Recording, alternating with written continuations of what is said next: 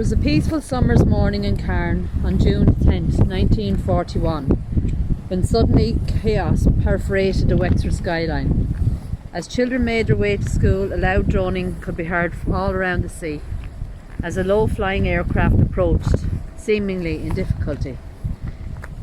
A German Heinkel aircraft came in low over St George's Channel, gradually losing height as it passed the lighthouse of Tusker. As it approached, it was noticed that the plane was in major difficulty. Its starboard engine was on fire and its port engine was smoking. It was going down.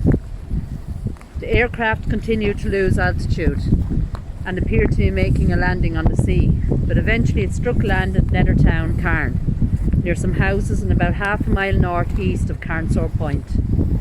While locals ran to the scene, the plane inverted in a field. It burst into flames. All 5 German airmen on board. The Heinkel aircraft was actually a weather plane on a reconnaissance mission in the Channel on the night in question.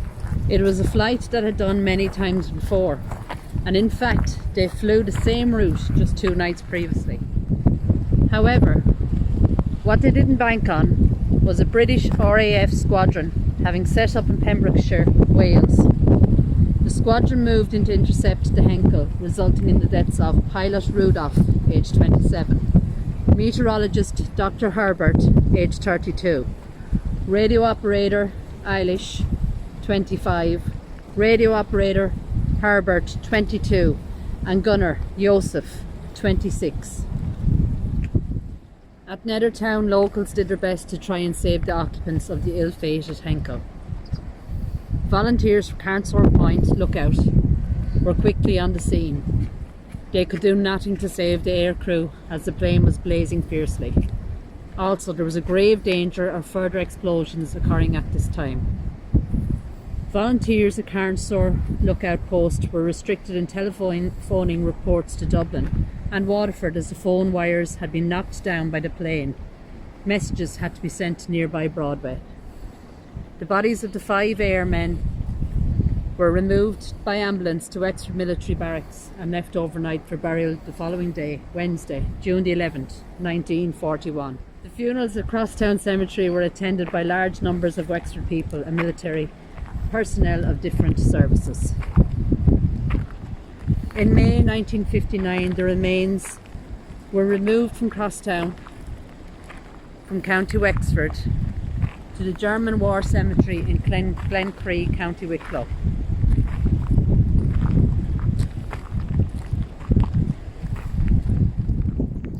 This is the rock the plane first hit, before mowing through the lane and finally bursting into flames in this field.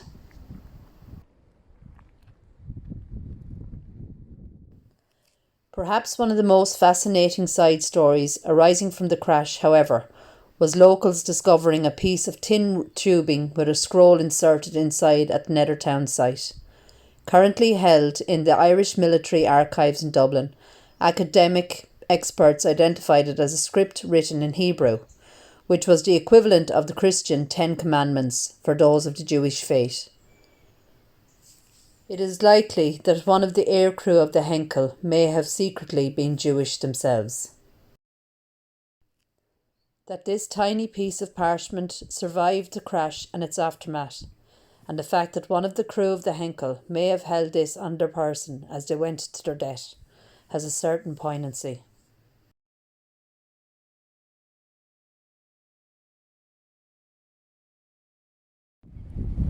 Here at the site of the crash is a beautiful memorial. Up the top, all in German, showing the area of impact, the field where it burst into flames, pictures of the crash, the plane itself, and down below the crew of the Heinkel.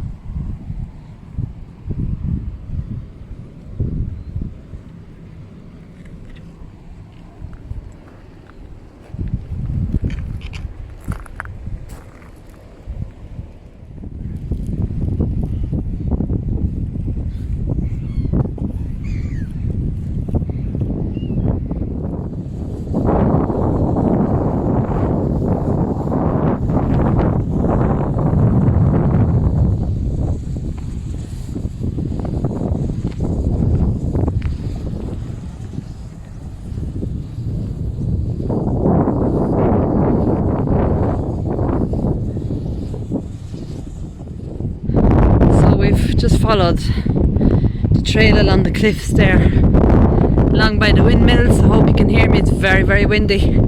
And this would have been an old lookout. The one down in Rosslare as well, but that was actually vandalised and it was much smaller. But I had to come and have a look. So that would have watched out over sea.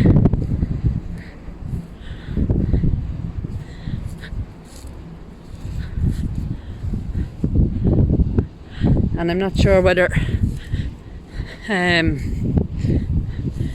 that would have sent out any distress signals when the German plane crashed.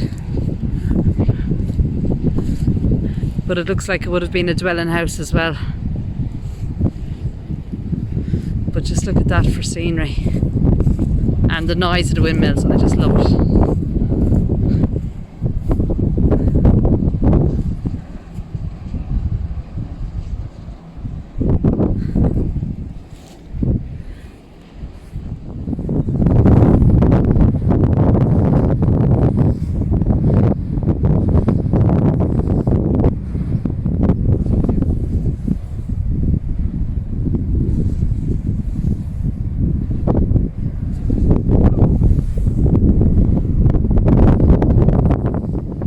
So this is Carnsore Point, and this boulder is formed of molten granite which originated deep in the earth about 426 million years ago.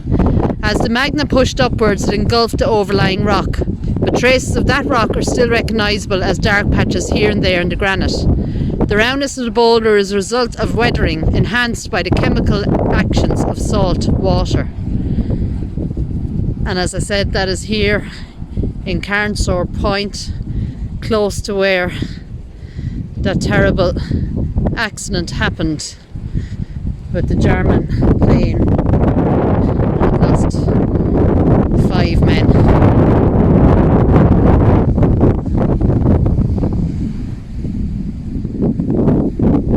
Right, so guys, thanks for watching, take care and God bless.